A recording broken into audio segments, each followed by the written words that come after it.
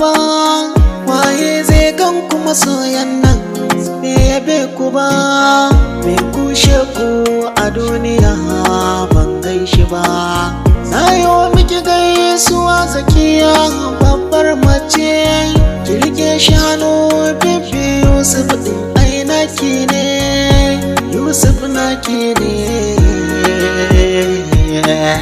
Ki kyale masu ce ku ce, bali mai karama na ki ne, Fatima ai takace. Yusuf da zakiya Rabbana ya kare, sharrin maƙiya Allahu ya kore.